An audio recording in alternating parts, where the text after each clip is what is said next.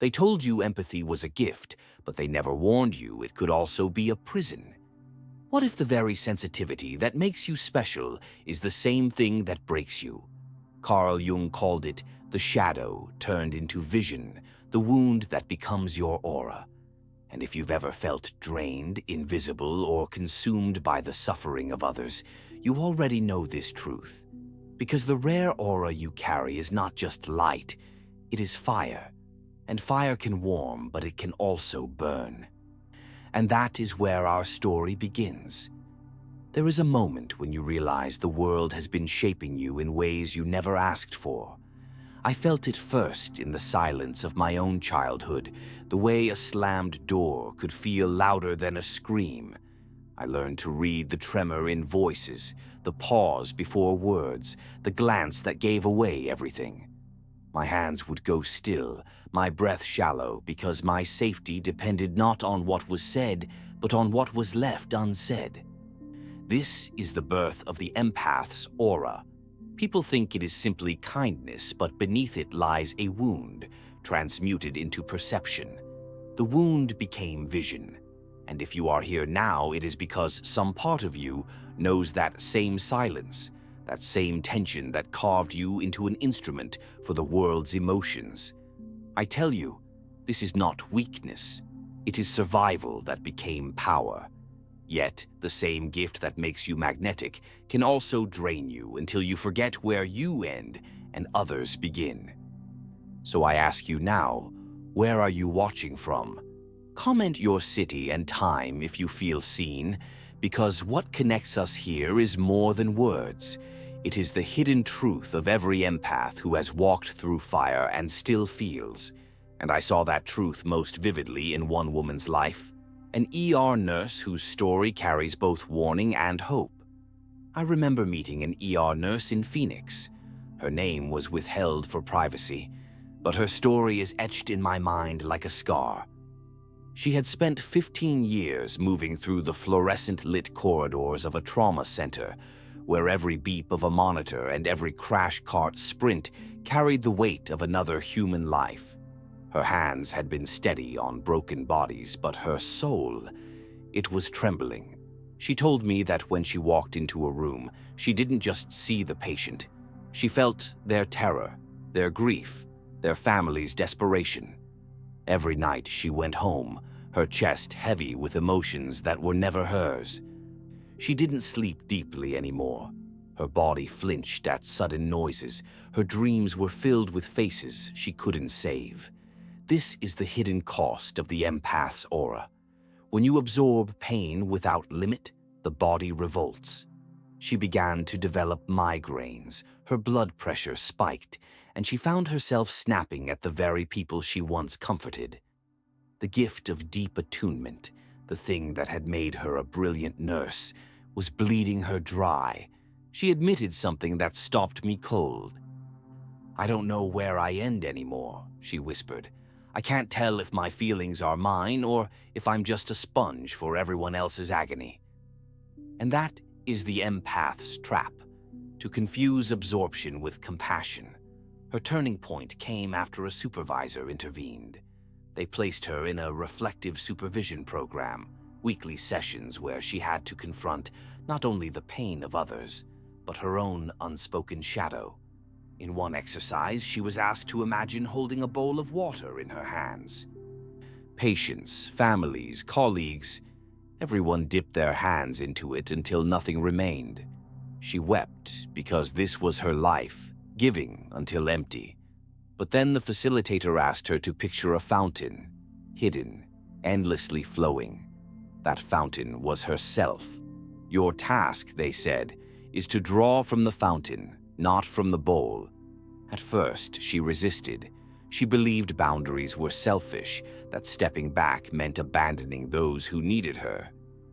But slowly, she began to practice micro-boundaries, pausing before she entered a room, reminding herself, "I am here to witness, not to absorb."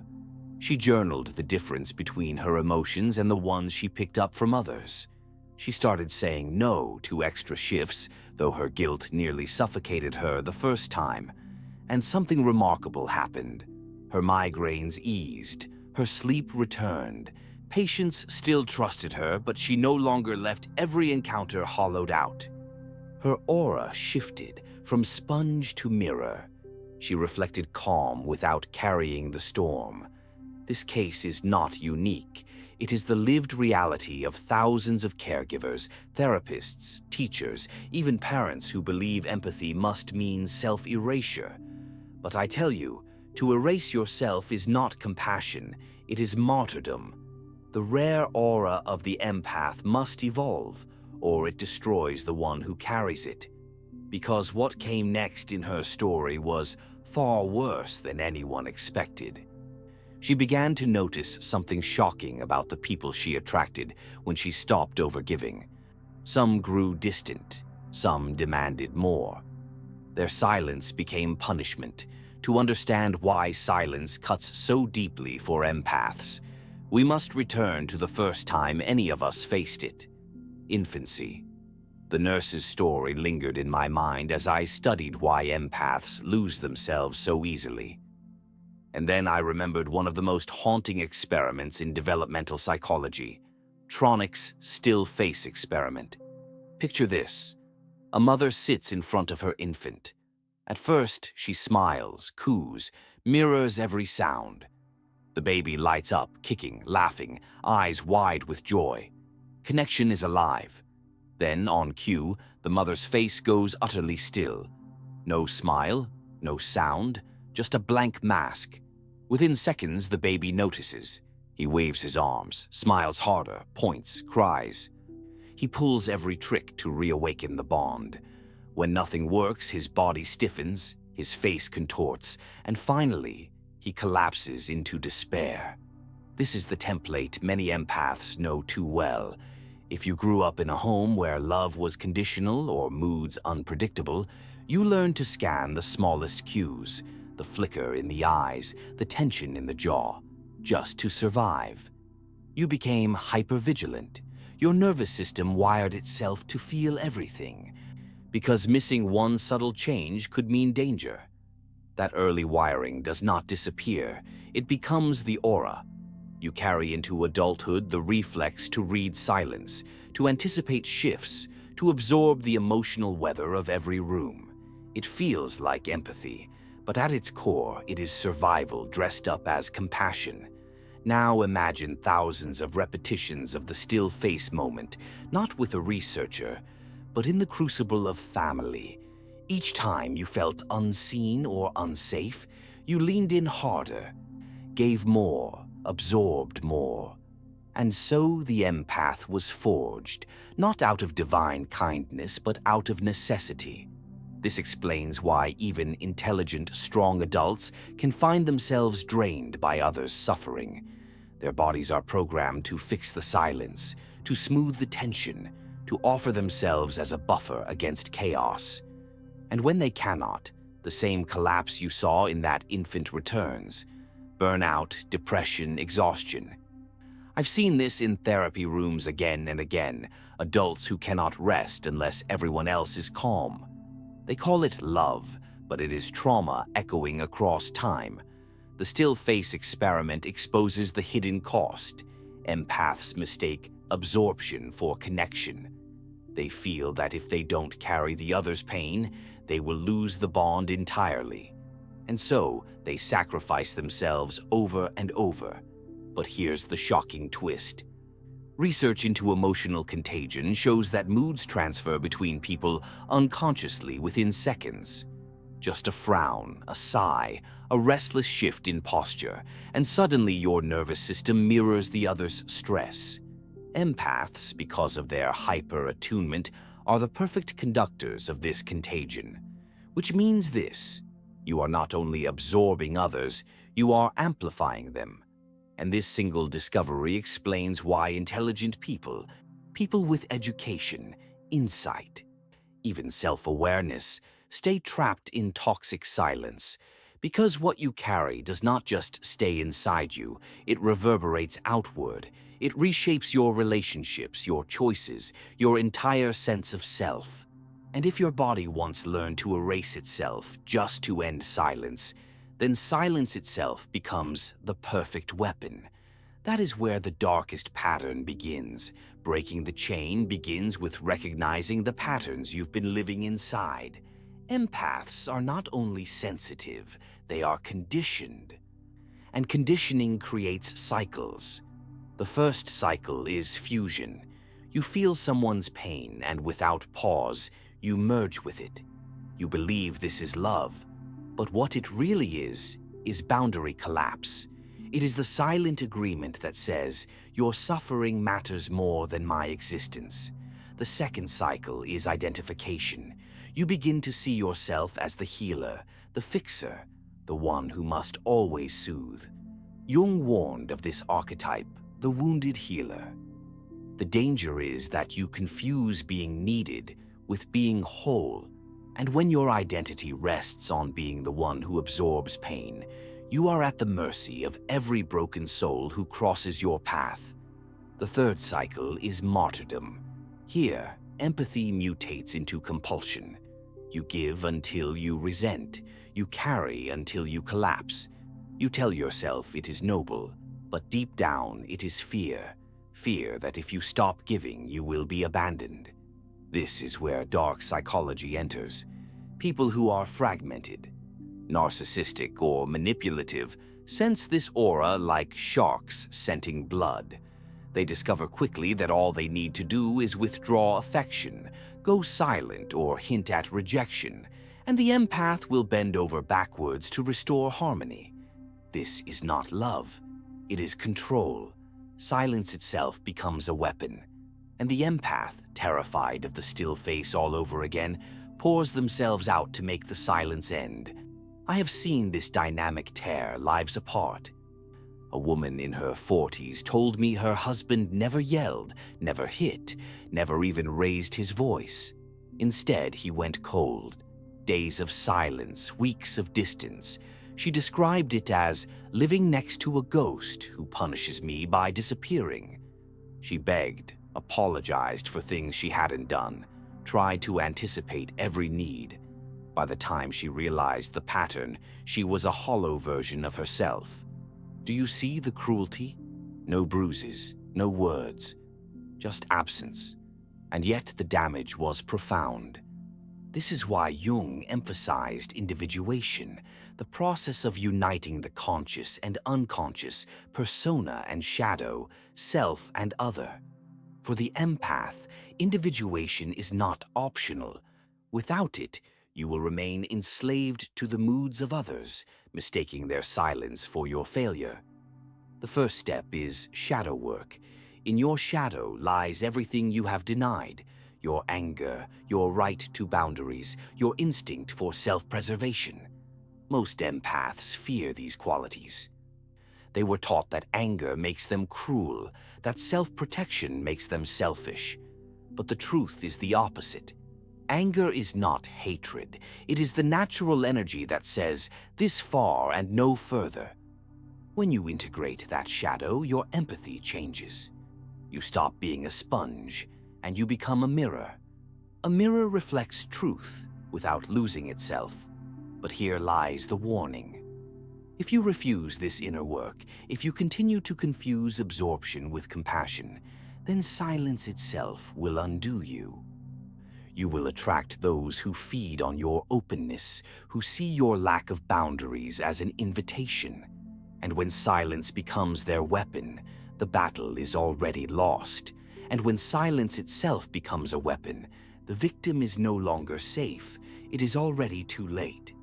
But before we face the ultimate truth, ask yourself this: how many times have you given so much that you collapsed in silence?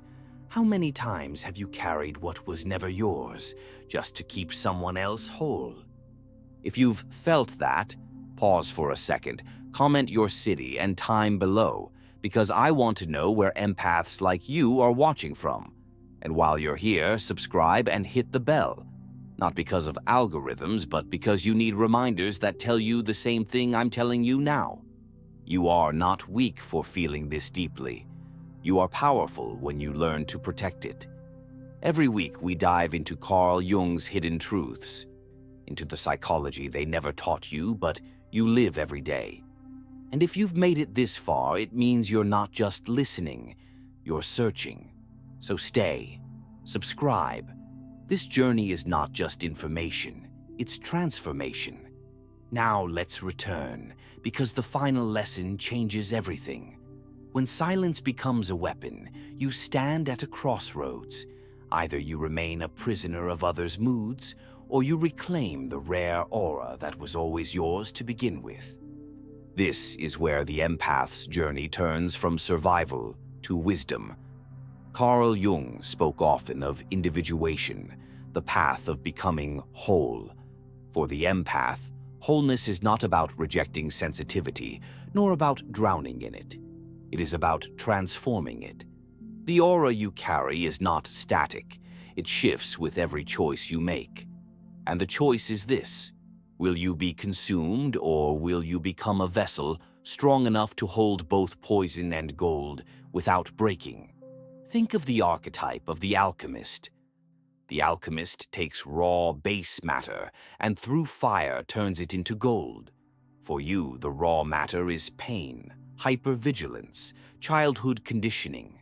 The fire is shadow work, the courage to face your denied anger, your hidden desire for freedom, your right to boundaries. And the gold is wisdom. Empathy without martyrdom, love without erasure, presence without collapse. Let me give you an image. Imagine a candle in a dark room. The candle does not run toward the darkness to fix it. It simply burns, steady and bright. By doing so, it gives light naturally. This is the way of the conscious empath. You do not need to absorb every shadow to bring healing. You only need to keep your flame lit. But here is the paradox. Not everyone who comes near you comes to light a candle of their own. Some come with the winds of chaos, and if you are not vigilant, they will extinguish you. Boundaries are the glass that shields your flame. Without them, empathy turns into ashes. There is profound solitude in this realization. To protect your aura, you must learn to be alone. Alone long enough to hear the voice of your own soul, apart from the noise of others. In solitude, you learn which emotions are truly yours and which are echoes of the collective unconscious. You discover that you are not just absorbing random fragments of people's lives. You are touching something archetypal, ancient, the river of human experience itself. This is why empaths often feel overwhelmed. They are not only carrying one person's sadness, they are touching the archetype of sorrow. But hear me clearly. You are not meant to carry the river. You are meant to let it flow through you without drowning. That is why symbols become your allies. The owl in your dream may remind you of wisdom. The deer may whisper of vulnerability and gentleness. The serpent may signal transformation, the shedding of old skin. These are not random images. They are the psyche guiding you back to balance. When you live as an unconscious empath, your aura becomes porous. It attracts chaos. It draws in those who are not ready to heal, those who only want to feed. But when you live as a conscious empath, your aura becomes clear, steady, magnetic in a new way. People feel calmer, not because you have absorbed their pain, but because you radiate steadiness. Your very presence reminds them of their own capacity for light. And so the rare aura of the empath is not about endless giving, it is about authentic being. To stand firm like a lighthouse on the edge of a stormy sea. The waves crash, the ships toss in the dark, but the lighthouse does not leave its ground. It shines. Those who are ready to see will find their way. Those who are not will drift past. This is the ultimate transformation, from sponge to mirror, from wound to wisdom, from lifeboat to lighthouse. And now I ask you, what will you do with this rare aura? Will you continue to let it be drained by those who cannot yet see their own light? Or will you honor it, protect it, and let it shine as it was meant to, not as a sacrifice, but as a gift? The world does not need more broken healers. It needs empaths who are awake, who can walk into the storm without being consumed, who can hold their flame without apology, who can say no without guilt, and yes without losing themselves. Your aura is rare not because you were never broken. It is rare because you were broken, and still you chose to feel, to love, to see. That is the highest form of courage. Remember this: empathy is not the end of the journey. It is the doorway. To remain at the doorway is to remain forever overwhelmed. To walk through is to enter wisdom. And if you doubt your strength, look back at everything you have survived. Look at the storms you endured, the wounds you transmuted into vision. That is your proof. Your aura is not fragile. It is forged in fire, and when you protect it, it becomes unstoppable. This is the hidden truth Jung left for us. Empathy must evolve into wisdom, or it will consume the one who carries it.